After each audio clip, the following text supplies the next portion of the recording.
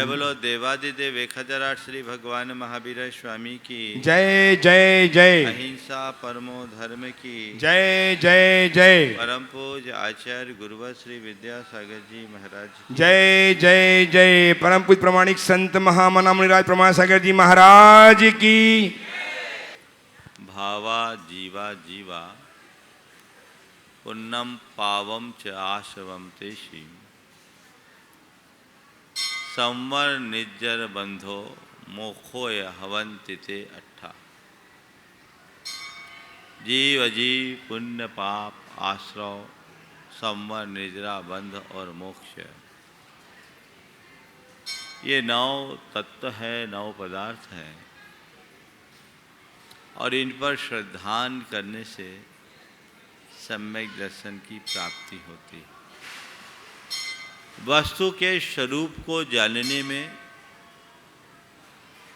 ये मूल आधार है। इनके संदर्भ में जाने बिना, इनका श्रद्धान किए बिना हम वस्तु स्वरूप से परिचित नहीं हो सकते और जब तक वस्तु स्वरूप का ज्ञान न हो तब तक जीवन का कल्याण नहीं। जीवन और जगत की जो व्यवस्थाएं हैं वो वैसी नहीं हैं जैसी हम देखते हैं, वो कुछ और है और हमें दिखती कुछ और है। हमें बाह्य जगत का विस्तार दिखता है लेकिन अंतर जगत की तरफ हमारा ध्यान कम जा पाता है। आचार्य कुंद कहते हैं, जब तक वस्तु स्वरूप को ठीक तरीके से नहीं समझते तब तक अपने जीवन का कल्याण कर पाना असंभव है। तो यदि अपना कल्याण करना चाहते हो तो इन्हें समझो। विगत दिनों हमने जीव और अजीव की गहराई से चर्चा की। आज तीसरे क्रम में पुण्य और पाप की चर्चा मैं करूँगा। पुण्य और पाप ये 2 शब्द ऐसे शब्द हैं जिनसे शायद ही कोई ऐसा व्यक्ति हो जो अपरिचित हो। सब जानते हैं पुण्य और पाप। पुण्य को अच्छा और पाप को बुरा मानने वाले लोग इस संसार में भरे पड़े, लेकिन यथार्थतः पुण्य और पाप के स्वरूप को और हमारे जीवन में उनकी भूमिका को जानने वाले लोग बहुत विरल हैं। आज मैं वही बात आप सबसे करने जा रहा हूं कि पुण्य और पाप क्या है, इसे ठीक तरीके से समझे। पुण्य और पाप का धर्म के साथ क्या संबंध है, इसे हम ठीक रीति से जानें। पुण्य और पाप हमारे आध्यात्मिक और भौतिक जीवन में कितना सहायक और कितना बाधक है, इसे हम ठीक तरीके से जानें और किस प्रकार से हम पुण्य का अर्जन करते हुए पाप से बचते हुए अपने जीवन का पथ प्रशस्त कर सके, ये जानना बहुत ज़रूरी है। प्रायः लोग पुण्य को अच्छा और पाप को बुरा कह देते हैं। अच्छी क्रियाओं को लोग पुण्य निरूपित कर देते हैं, बुरी क्रियाओं को पाप बताते हैं। ये बात सही है, लेकिन यथार्थतः पुण्य क्या है, पाप क्या है और पुण्य और पाप के संदर्भ में आचार्य कुंद का दृष्टिकोण क्या है, ये जानना बहुत जरूरी है। आज 4 बातें मैं आप सबसे करूंगा। पुण्य, पुण्य का बंध, पुण्य की क्रिया और पुण्य का भोग। पुण्य, पुण्य का बंध, पुण्य की क्रिया और पुण्य का भोग। पुण्य क्या है, किसे बोलते हैं पुण्य? आपने कभी सोचा? पुनाति आत्मानं पूयते अनेन इति पुण्यम। जो आत्मा को पवित्र करे वह पुण्य है।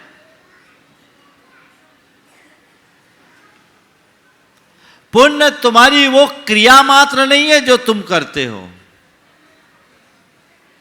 पुण्य वह है जो तुम्हारे आंतरिक पवित्रता का आधार हो। आचार्य यतिर्षभ ने पुण्य की व्याख्या करते हुए पुण्य को जीवन के लिए परम मंगल निरूपित किया है। तिलोपनति पुण्यम पूद पवित्रम बद्धम शिव कल्याण सुखम। मंगल ये शब्द उन्होंने पुण्य के लिए दिया।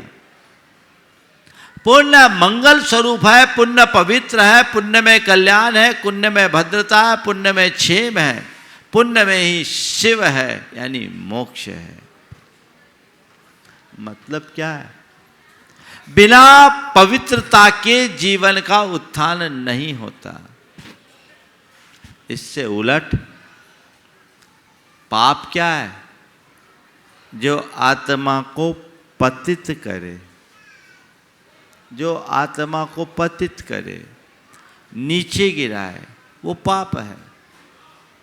जो पवित्र करे वो पुण्य और जो पतित करे वो पाप। ये क्या है? हमारे अंदर के जो विशुद्ध भाव है, पवित्रता है, वो हमारे जीवन के पुण्य के आधार है, वो हमारी उन्नति के आधार है। और जो हमें नीचे गिराते वो सब पतित करते पाप है, हमारे जीवन के लिए पतन का कारण है।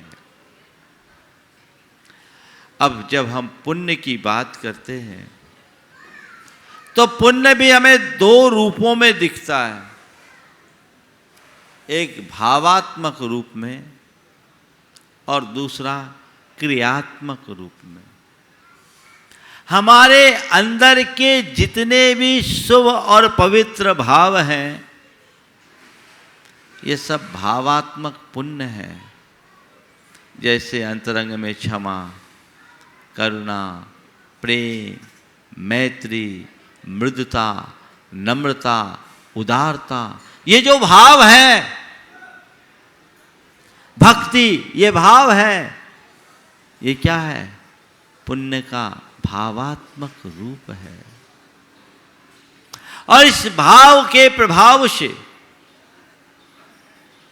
हमारे द्वारा जो सेवा, दया, करुणा, वात्सल्य, वैयावृत्ति, दान, परोपकार आदि की क्रियाएं हो रही है, पूजा भक्ति की क्रियाएं हो रही है, ये क्रियात्मक पुण्य है।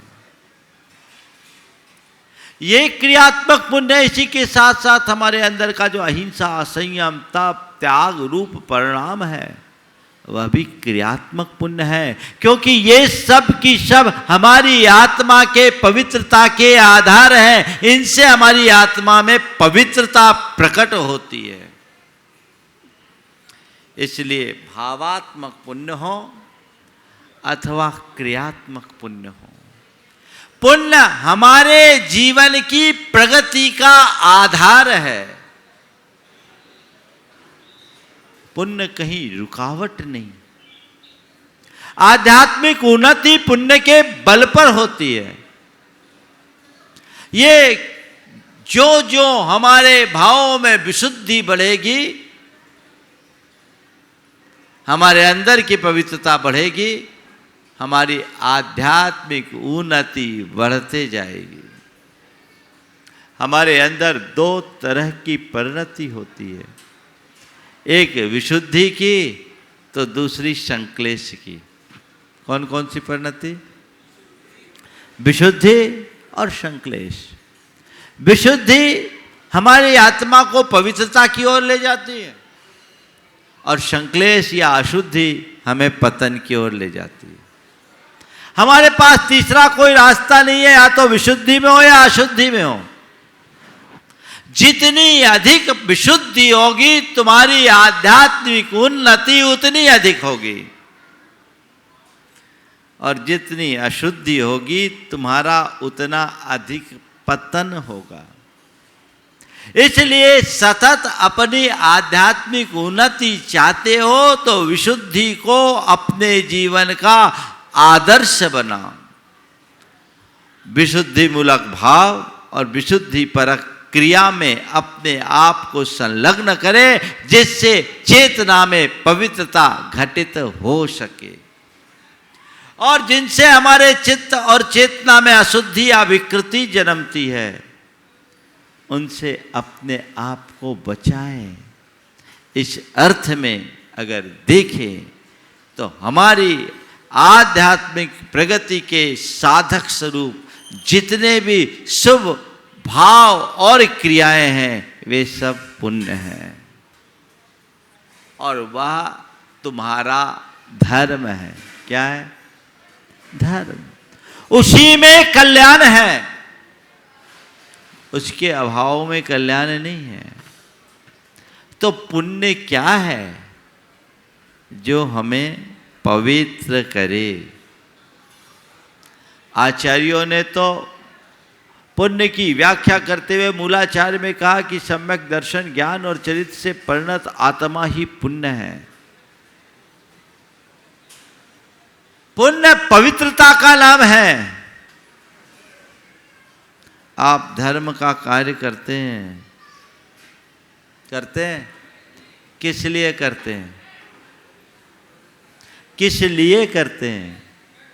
महाराज, पुण्य कमाने के लिए करते हैं, है ना? इसका मतलब क्या? हमारी एक ऐसी अवधारणा है कि पुण्य एक ऐसा तत्व है जो हमें भौतिक रूप से समृद्ध और समर्थ बनाता है, जिसकी उपलब्धि के बाद हमारे जीवन का निर्वाह सरल हो जाता है ना? लेकिन संत कहते हैं ये पुण्य का एक रूप है, यही पुण्य नहीं। भौतिक समृद्धि प्रदान करने वाला पुण्य एक है, यथार्थ पुण्य तो आध्यात्मिक उन्नति करने वाला है। कदाचित भौतिक उपलब्धियां कर भी लो तो वो पुण्य तुम्हारे लिए प्रगति कराने की जगह डुबा भी सकता है, लेकिन आध्यात्मिक उन्नति करने की दिशा में किया गया पुण्य तुम्हारी चेतना का उत्थान ही करेगा, पतन नहीं। वो क्या है? अवधारणा बदलिए। मैं अक्सर कहता हूं, पुण्य कमाने के लिए धर्म मत करें। पुण्य कमाने के लिए धर्म मत करें, जीवन को पुण्य बनाने के लिए धर्म करें। आप किस लिए धर्म कर रहे हो? सम्मेद शिखर आए हो, किस लिए आए हो?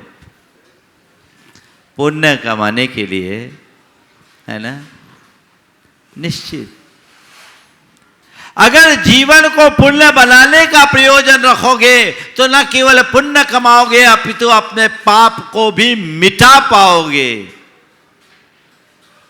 और जीवन को पुण्य बनाने के प्रयोजन को भूलकर केवल बाहर की समृद्धि पाने की कामना से पुण्य करोगे तो हो सकता है किंचित पुण्य कमा लो, लेकिन उस पुण्य को भोगने में तुम न जाने कितना पाप अपने ऊपर लाद लोगे।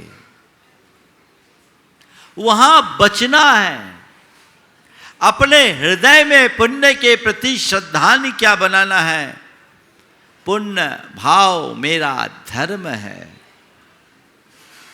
ये मेरे जीवन की प्रगति का आधार है, इसके बल पर ही मैं अपनी आध्यात्मिक उन्नति कर सकता हूं। मेरे पास इसके अतिरिक्त और कोई दूसरा विकल्प नहीं है, चाहे ये प्रवृत्ति रूप हो या निर्वृत्ति रूप। कई चीजें होती हैं हमारे जीवन में जिनको अपनाना बहुत जरूरी है। जो लोग इन बातों को नहीं समझ पाते वे ये कह देते कि जैन धर्म की विशेषता है कि पुण्य और पाप दोनों को समान माना जाता है और पाप की तरह पुण्य को भी हे कहा जाता है। ये सब बातें सुनने में अच्छी लगती है, लेकिन ऐसा वे ही कहते हैं जिन्होंने ठीक रीति से धर्म के मर्म को नहीं समझा है, आचार्य कुंद कुंद के हार्द को नहीं जाना। जो इसे समझ ले वे कभी ऐसा नहीं कह सकते। पुण्य भाव कभी एक नहीं हो सकता। दया, करुणा, प्रेम, विनम्रता, नम्रता, मृदुता आदि सद्भाव जीवन की उन्नति के आधार है या अवनति के? हाँ? और काम, क्रोध, लोभ, मोह, अहंकार जीवन के पतन के कारण है या उत्थान के? तो मैं पूछता हूँ, हिंसा, क्रूरता और दया क्या दोनों समान हैं? काम, क्रोध और क्षमा, संयम, शील बराबर है? अहंकार और नम्रता क्या एक समान है? लोभ और संतोष क्या एक समान है? दोनों में जमीन आसमान का अंतर है। ये दोनों हमारे अंदर के भावात्मक परिणाम हैं। ये परिणाम प्रवृत्ति में भी है पुण्य का और निर्वृत्ति में भी है। जब हम दया, करुणा, सेवा, परोपकार आदि कार्य करते हैं, भक्ति आदि कार्य करते हैं, प्रवृत्ति दिखती है। लेकिन जब अहिंसा, संयम और तप आदि ध्यान करते हैं तो वो निर्वृत्ति की ओर है। दोनों हमारी प्रगति के आधार शुभ भाव है और शुभ भाव से पुण्य का सृजन होता है, ऐसा आचार्य कुंद कुंद कहते हैं। अशुभ भाव से पाप और शुभ भाव से पुण्य बंधता है। इसलिए इन बातों को ध्यान में रखो। पुण्य और पाप दोनों को एक समान मत मानो। दोनों अलग अलग है। जैसे नल के पानी को और नाली के पानी को क्या एक समान कहा जा सकता है? बोलो। पानी दोनों हैं, एक पीने योग्य है और एक छूने योग्य भी नहीं है, है ना? अब कोई नल का पानी, नाली का पानी दोनों एक समान कह दे, उसको क्या बोलेंगे? हाँ? और ऐसा आदमी नल की जगह नाली का पानी पी ले तो उसे हम क्या कहेंगे? संत कहते अभी तक तो इसी अज्ञान का परिणाम है कि तुम नाली का ही पानी पीते रहे हो और इसलिए तुम्हारा आंतरिक स्वास्थ्य विकृत हो गया है। काश तुम्हें नल के पानी का परिचय मिलता और तुम उसका पान करते तो तुम्हारे जीवन का निश्चित तौर पर उत्थान हो गया होता। एक बार की बात है, मैं समय सार का स्वाध्याय कर रहा था। एक सज्जन मेरे पास आए, बोले महाराज क्या चल रहा है? मैंने कहा समय सार। बोला महाराज जी कौन सा अधिकार है? मैंने कहा पुण्य पापाधिकार है। महाराज जी पुण्य पाप में क्या अंतर है? पुण्य पाप में क्या अंतर है? मैंने कहा पहला अंतर तो यही है, एक में 2.5 अक्षर, एक में 2 अक्षर। पुण्य में 2.5 अक्षर है, पाप में 2 अक्षर। नहीं महाराज जी हम तो निश्चय से पूछ रहे हैं कि निश्चय से पुण्य और पाप में क्या अंतर है। तो मैंने कहा भैया निश्चय से पूछते हो तो मैं तो यही कहूँगा निगोदिया जीव और सिद्ध भगवान दोनों समान हैं। निश्चय से देखो तो निगोदिया जीव और सिद्ध परमात्मा दोनों समान हैं, पर कल से तुम कहीं भगवान में मंदिर में भगवान की जगह निगोदिया की मूर्ति मत बिठाल देना। समान होने का अर्थ ये नहीं कि दोनों की स्वरूप भी समान है, शक्ति समान हो सकती है। कौन सी बात किस संदर्भ में कही गई है इसे हमें समझना है। और ये विवेचन अभी 2-3 दिन तक चलेगा। मैं पुण्य की भी चर्चा करूंगा, पाप की भी चर्चा करूंगा। आज केवल भूमिका बना रहा हूं, क्योंकि आचार्य कुंद ने कुछ स्थानों पर पुण्य और पाप को समान कहा है और कई स्थानों पर पुण्य और पाप को अलग अलग कहा है। लोगों ने संदर्भ नहीं समझा, इसलिए लोग परिणाम अपने अपने तरीके से ले रहे हैं। पर दोनों को समान मत समझना है। कहाँ समानता का अनुभव करना है और कहाँ असमानता को देखना है, और कर्म सिद्धांत के आलोक में पुण्य पाप का हमारे जीवन में क्या स्थान है, पुण्य पाप हमारी बीत राखता में कितना रोल रखते हैं, उनकी क्या भूमिका है, ये सारी बातें आने वाले 2-3 दिनों तक चलेगी। आज तो केवल आपकी समझ को स्पष्ट बनाए रखने के लिए केवल भूमिका की बात कर रहा हूं। पुण्य और पाप, तो पुण्य समझ लिया आपने क्या है, किसको बोलेंगे पुण्य? जो हमारी पवित्रता करे, जो हमारी पवित्रता का आधार है। अब बात आई पुण्य बंध है। पुण्य बंध कैसे होगा? पुण्य एक कर्म है, पाप एक कर्म है, पुण्य का बंध है। जितने विशुद्ध भाव होंगे उतना पुण्य बढ़ेगा। एक कर्म सिद्धांत कहता है। जो लोग ये कहते हैं हमें पुण्य नहीं बांधना, तो उसे पाप की गठरी बांधनी पड़ेगी। बांधनी नहीं पड़ेगी, बंधेगी। क्योंकि विशुद्धि और संश्लेष ये 2 ही परिणाम हैं, विशुद्धि और अशुद्धि। कर्म शास्त्र कहते हैं शुभ कर्मों को बांधने योग परिणाम का नाम विशुद्धि है। साता आदि प्रशस्त कर्मों को बंध योग परिणाम का नाम विशुद्धि है, और असाता आदि अशुभ कर्मों के बंध योग परिणाम का नाम संक्लेश या अशुद्धि है। अगर तुम्हारे भावों में विशुद्धि है तो पुण्य बंधेगा कि नहीं बंधेगा? बोलो। हाँ, पवित्रता से पुण्य बंधता है,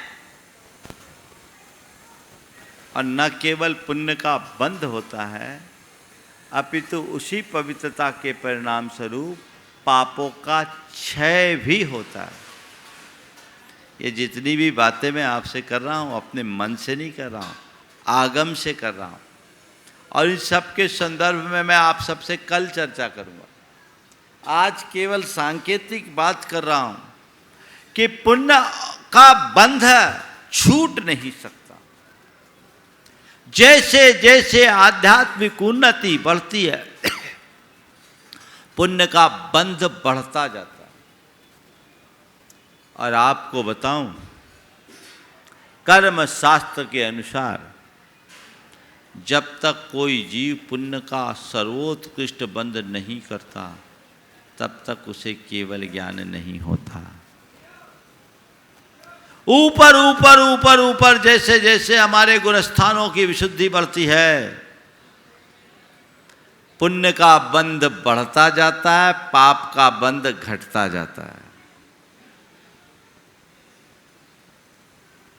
और 10वें गुणस्थान में जब साता वेदनी यश कीर्ति और उच्च गोत्र जैसे परम पुण्यतम प्रकृतियों का सर्वोत्कृष्ट बंध नहीं होता तब तक किसी को केवल ज्ञान नहीं होता। मुझे पुण्य नहीं बांधना, मुझे पुण्य नहीं बांधना, मुझे पुण्य नहीं बांधना, ये भ्रांत अवधारणा है। किसी के वश का नहीं है कि पुण्य न बांधे, वो बंधेगा ही बंधेगा।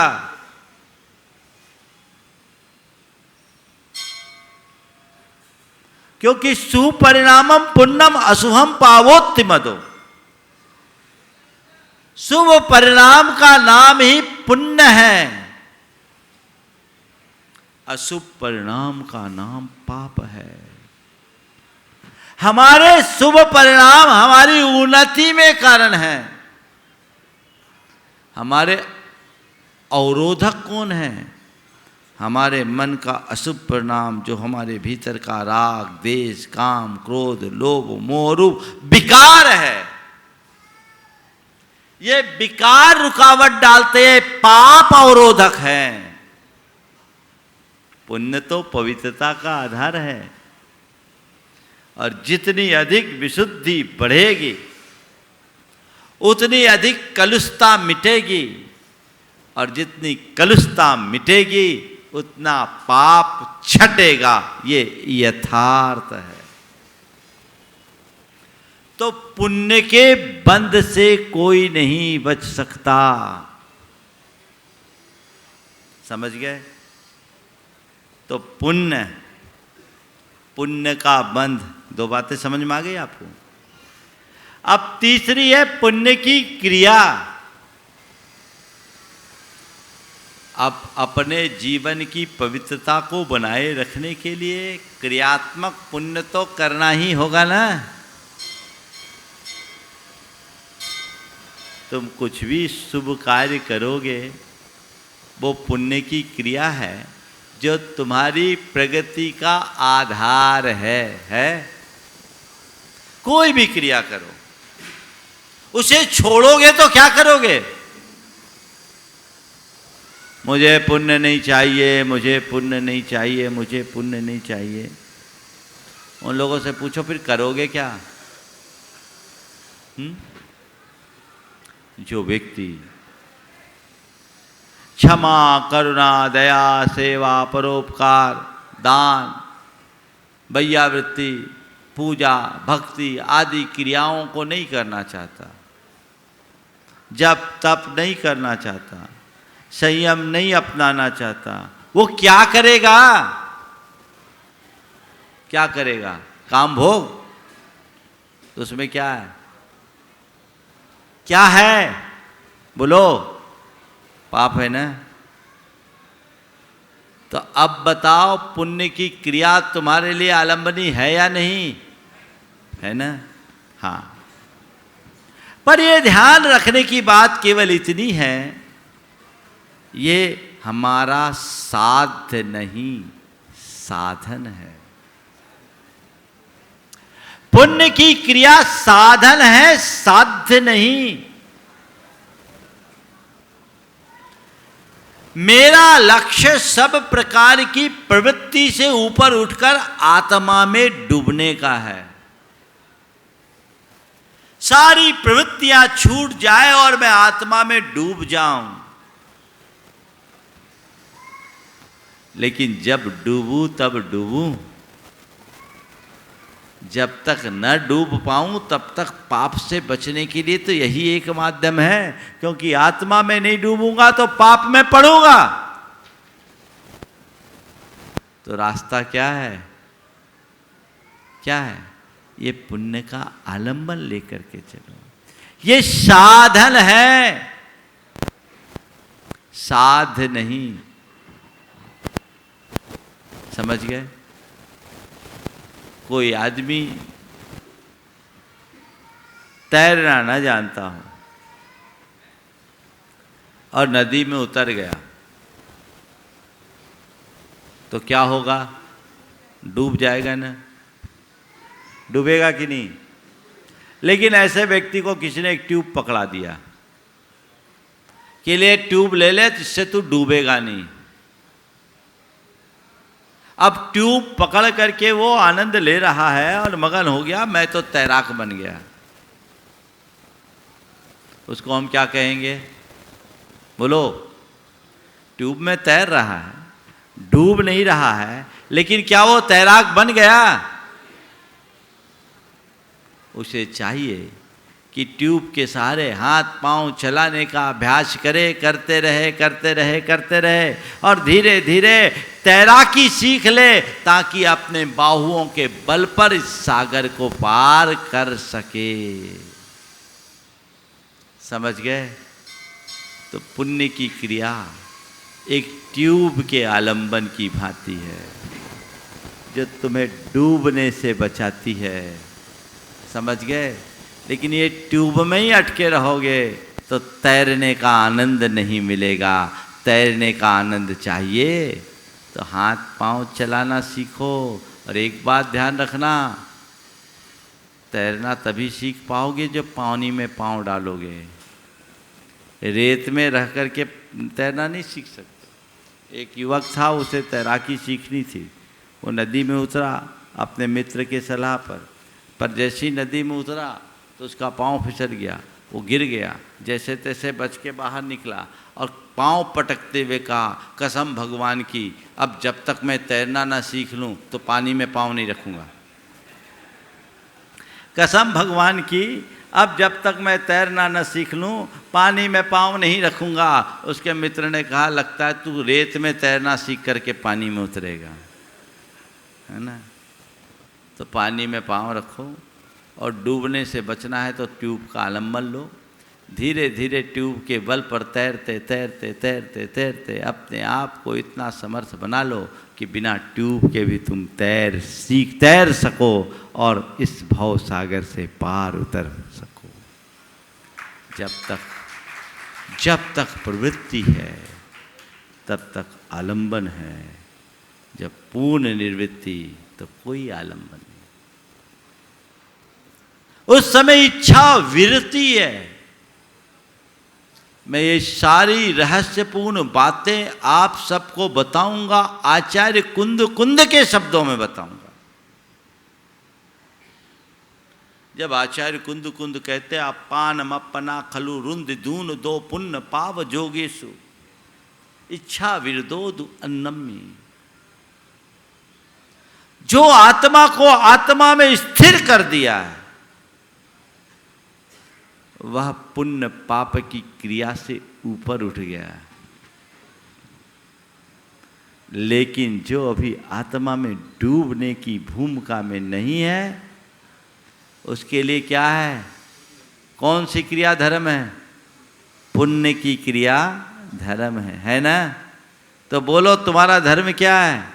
पुण्य की क्रिया। ये साधन है, लक्ष्य पुण्य है। कौन सा पुण्य? भाव पुण्य, पवित्रता को उत्पन्न करने वाला पुण्य। समझ गए? अब चौथी बात है पुण्य का फल, जिसकी वांछा आप सब लोग करते हैं। क्या फल चाहते हो आप लोग पुण्य का? है ना। आपकी नजर में पुण्य का फल क्या है? थोड़ा ये बताओ, क्या है तुम्हारी नजर में पुण्य का फल? महाराज ठाट बाट पुण्य का फल, भौतिक समृद्धि पुण्य का फल, नाम यश पुण्य का फल। अरे महाराज जलवा है पुण्य का फल, है ना। पेट और पेटी दोनों भरा रहे, ये पुण्य का फल है ना। ये फल हमारा साध्य नहीं होना चाहिए। हमारी मूलभूत अवधारणा ही यहां गड़बड़ाई हुई है। हमने उस पुण्य को महत्व दिया जो हमें बाहर से मजबूत बनाता है। हमने उस पुण्य को कभी महत्व नहीं दिया जो हमें भीतर से बलवान बनाता हो, जो भीतर से समृद्ध बनाता हो। तुम्हारी आध्यात्मिक पवित्रता ही तुम्हें अंदर से समृद्ध बनाएगी।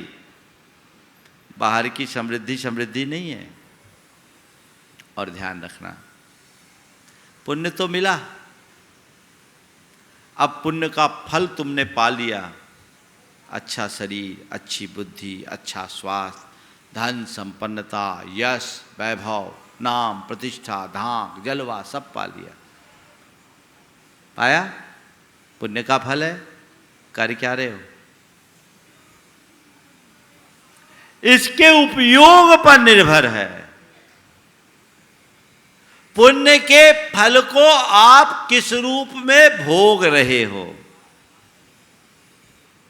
आप भी पुण्य का फल भोग रहे हो, पुण्य का फल हम भी भोग रहे हैं। ऐसा मत समझना कि ठाट बाट पाना पुण्य का फल है, तो तुम तो ठाट बाट वाले हो, हम तो फुटपाथ पे हैं, हमारा पुण्य नहीं है क्या? बोलो। जिसे तुम पुण्य का फल मानते हो उसमें से एक भी मेरे पास नहीं है क्या? बोलो। तुम लोग जिसको पुण्य का फल मानते हो उसमें ऐसा कौन सी चीज़ है जो हमारे पास है? बताओ।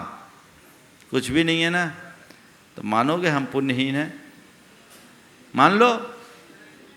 क्यों नहीं मान रहे भैया? बताओ क्या हुआ? समझ में आ रही है बात? बहुत गहरी है, समझने की है।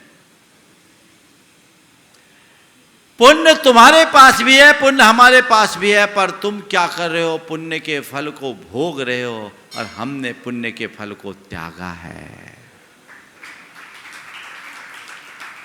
पुण्य के फल स्वरूप मेरे साथ पुण्य का फल मिला, अच्छा शरीर मिला, समर्थ इंद्रियां मिली, अच्छी बुद्धि मिली, अच्छा स्वास्थ्य मिला, पर मैं इन सब संयोगों को पाकर के क्या कर रहा हूं? इसका प्रयोग संयम में कर रहा हूं, तप में कर रहा हूं, त्याग में कर रहा हूं, परोपकार में कर रहा हूं, स्वपर के हित और उद्धार में कर रहा हूं, अपने आत्मा के कल्याण में कर रहा हूं। ये एक पुण्य का उपयोग है। और एक के पास पुण्य है, अच्छा शरीर है, मौज मस्ती कर रहा है, धन पैसा है, घूमने फिरने में लग रहा है, सुरा सुंदरी में जा रहा है, विषय भोगों में रत हो रहा है, तो अब बोलो वो क्या कर रहा है? क्या कर रहा है? एक व्यक्ति है जिसके पास धन है, वो उदारता अपना करके सेवा परोपकार का कार्य कर रहा है, और एक व्यक्ति है जिसके पुण्य के साथ धन है, वो धन से पापों में रत हो रहा है। बोलो कौन सही कार्य कर रहा है? अंतर दोनों में क्या है मालूम? एक वो है जो पुण्य के फल को त्याग रहा है, और एक वो है जो पुण्य के फल को भोग रहा है। क्या बोल रहा हूं? एक वो है जो पुण्य के फल को त्यागता है, और एक वो है जो पुण्य के फल को भोगता है। जो पुण्य के फल को भोगता है उसके ऊपर पाप का बोझ लगता है, और जो पुण्य के फल को त्यागता है उसकी आत्मा में पवित्रता आती है। क्या करना है? पुण्य के फल को तो भोगना चाहते हैं, पुण्य की क्रिया नहीं करना चाहते। जो लोग पुण्य पाप समान मानते हैं, मैं कहता हूँ, मुझसे एक बार कहा, महाराज जी आप पुण्य पाप को समान मानते? मैंने कहा मानता हूँ। उसको बड़ा आश्चर्य हुआ, ये महाराज जी आचार्य विद्यासागर के शिष्य पुण्य पाप को समान। दोबारा पूछा, महाराज पुण्य पाप को समान मानते? बोले हाँ मानता हूँ। बोले महाराज पुण्य पाप समान होता है? महाराज कैसे? मैंने कहा भैया तुम पुण्य पाप की क्रिया को समान मानते हो, मैं पुण्य पाप के फल को समान मानता हूं। अंतर केवल इतना है। पुण्य पाप की क्रिया को समान मानने की भूल कभी मत करना। पुण्य पाप के फल को समान मानना, और दोनों में मध्यस्थ रहना। पुण्य पाप फल माही हरख बिलखो मत भाई, यह पुद्गल पर जाए उपज बिन से थिर नाई। वहां समता रखो। पुण्य का फल भोगने योग्य नहीं है, पुण्य का फल त्यागने योग्य है, क्योंकि तुम जितना पुण्य का फल भोगोगे उसका दुरुपयोग होगा, पाप का बंध होगा, तुम्हारी आत्मा का पतन कराएंगे। बात समझ में आ रही है आप लोगों को? तो अब क्या करना है? क्या करना है? पुण्य कमाना है? पुण्य कमाना है? बोलो। नहीं कमाना, जीवन को पुण्य बनाना है। लक्ष्य बदलिए। पुण्य कमाते कमाते तो न जाने कितने भव बीत गए। अगर एक बार जीवन को पुण्य बना लिया तो सिद्धों की श्रेणी में अपना स्थान बना सकते हो। लक्ष्य वो रखो। जीवन को पुण्य बनाना है, पवित्रता को अपने जीवन का साध्य बना करके चलना है। कर्म अपने हिसाब से बंधेंगे और उसके लिए आलंबनी जो भी क्रियाएं हैं वो मुझे करते रहना है, पर पुण्य के फल का भोग करने की वांछा मन में नहीं रखनी है। पुण्य के फल के भोग से बचना है। धर्म और कुछ नहीं है, पुण्य के फल का त्याग है, भोग नहीं। सब छोड़ने वाला महान होता है, भोगने वाला का तो पतन होता है। तो यदि कोई भी धर्म कर रहा है, आज कोई दान कर रहा है, तो दान कर रहा है वो उसकी पवित्रता का आधार है, क्योंकि उसने अपनी आसक्ति को छोड़ी है, मूर्छा को छोड़ा है, और पुण्य के फल स्वरूप जो संसाधन उसे मिले उसे छोड़ा है। उसके अंदर उदारता ही है। तो ये सब चीज़ें हमारी पवित्रता का आधार है।